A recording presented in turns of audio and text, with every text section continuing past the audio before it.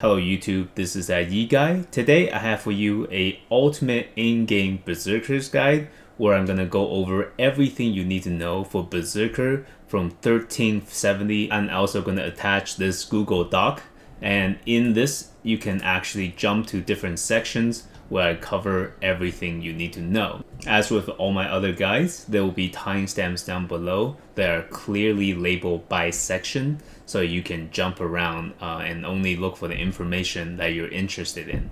So right now I'm running high crit and very low swiftness, but swiftness is my secondary stat.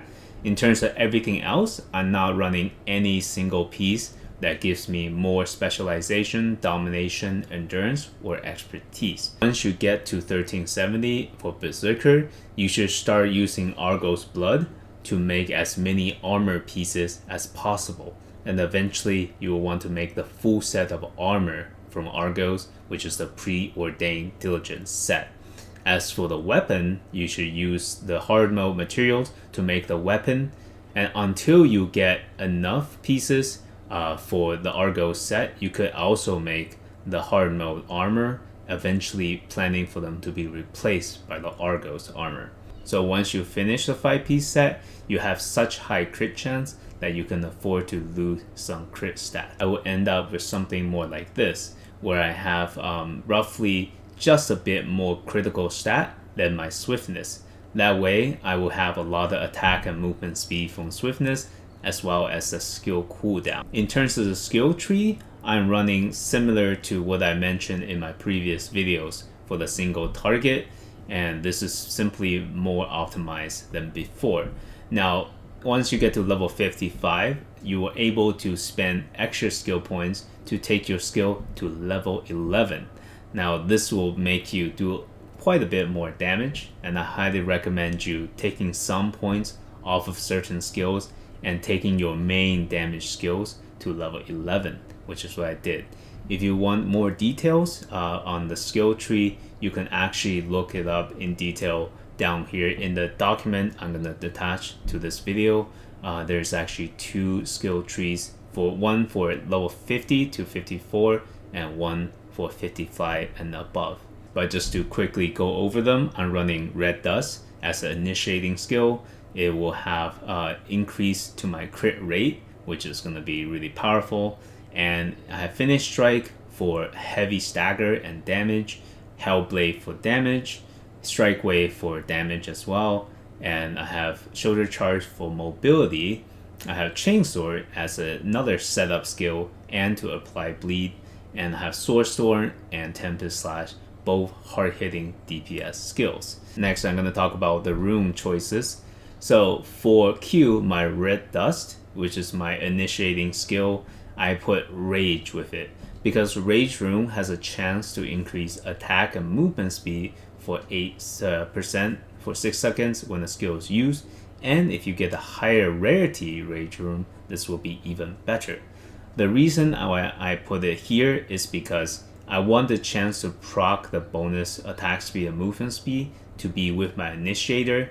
That way I can potentially chain even more skills into a combo if this procs. Next, for Finish Strike and Sword Storm, I actually put Overwhelm Rune because both of those are really high stagger skills.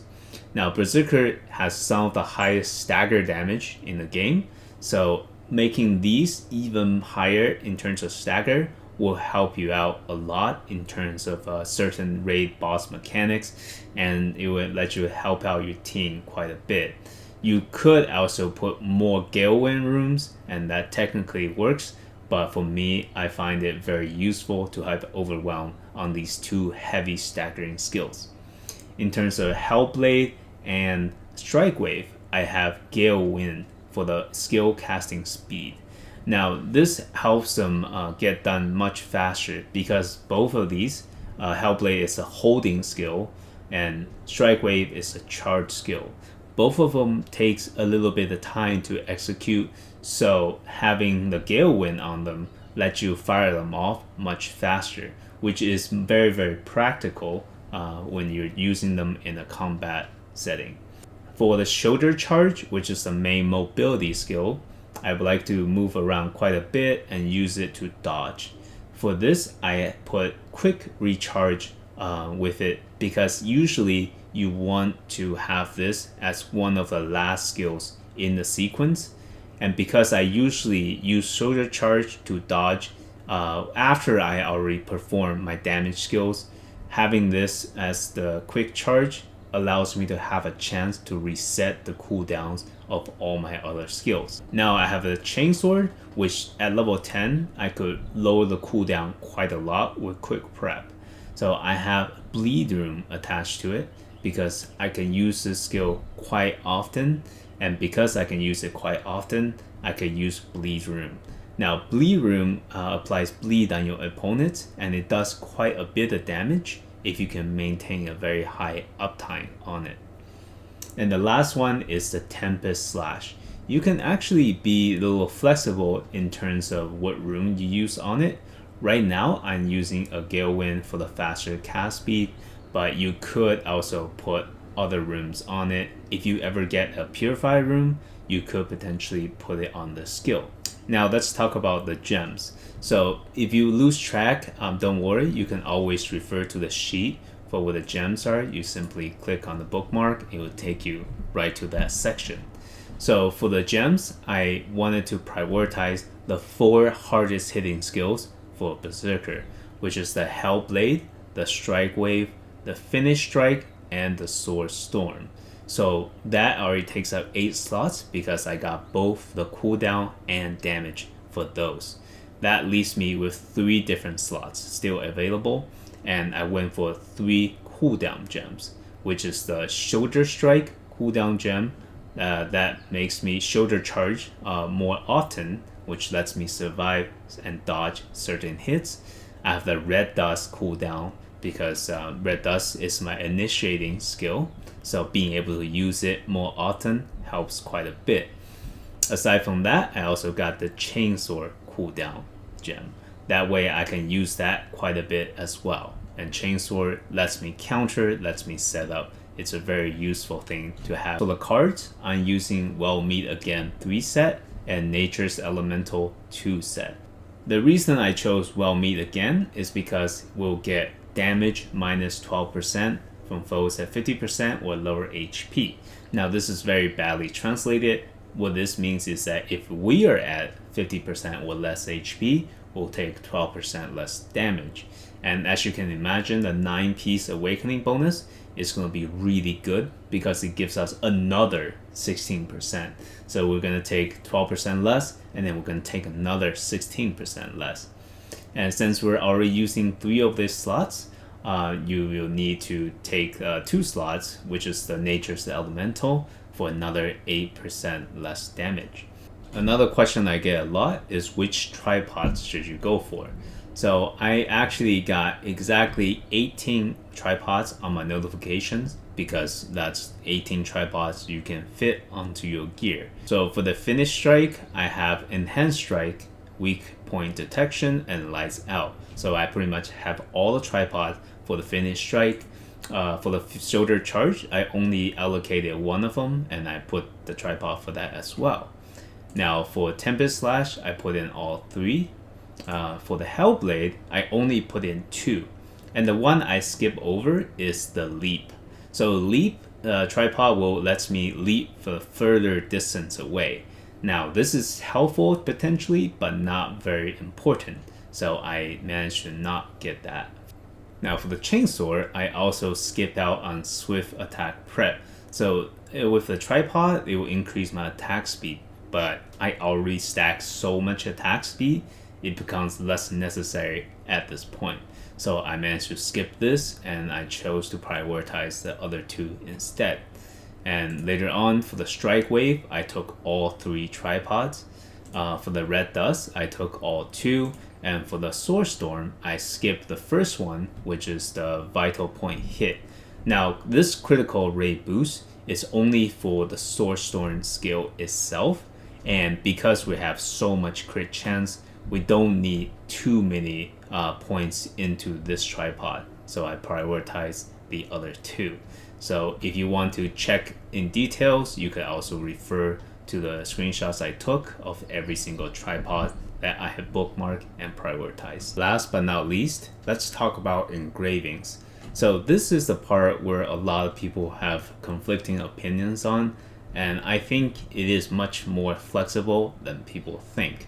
So in my text guide, I actually detailed out different engraving choices and what's meta and what's off meta. But even if something is off meta, it could still be a very solid choice. And the actual difference between the meta one and the off meta one isn't as big as some people might think. Really, the only mandatory engraving, in my opinion, is going to be Mayhem. So level 3 Mayhem is going to give us a lot of outgoing damage. Getting level 1 is essential for the way the build works. So getting into level 3 will get us 18% outputting damage. So Mayhem is the only mandatory one. And in terms of the meta choices, you could use all of them relatively interchangeably, because Grudge, Cursed Doll, Master's Tenacity, Ray Captain, in terms of damage output, is not going to be huge in terms of damage difference. Grudge is the exception. It does give the most damage, but there's a severe drawback to Grudge. So as you can see here, King Blunt Weapon is very good, Grudge is very good, Cursed Doll is very good, Master's Tenacity, Ray Captain, all of these are really good for Berserker.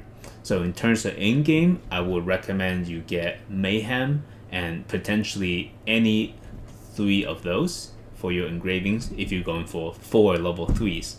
If you're just going for 3 level 3s like I am, you could just get Mayhem and then say any 2 of these top tier meta engravings. But for me, I actually went off meta with one of my choices, which is Spirit Absorption. So it gives us more attack and movement speed, which some people think is unnecessary for Mayhem Berserker because we already move so fast. We could always go faster. While it doesn't increase our sheet DPS, for example, we don't get 18% more damage, but being able to move and attack faster, even when we don't have a cooldown, it lets us dodge much easier. It lets us pull off combos much more smoothly in combat. So I think it is a really good choice. Increased mass is also quite solid. It makes us a little bit slower, but it's still a really good choice.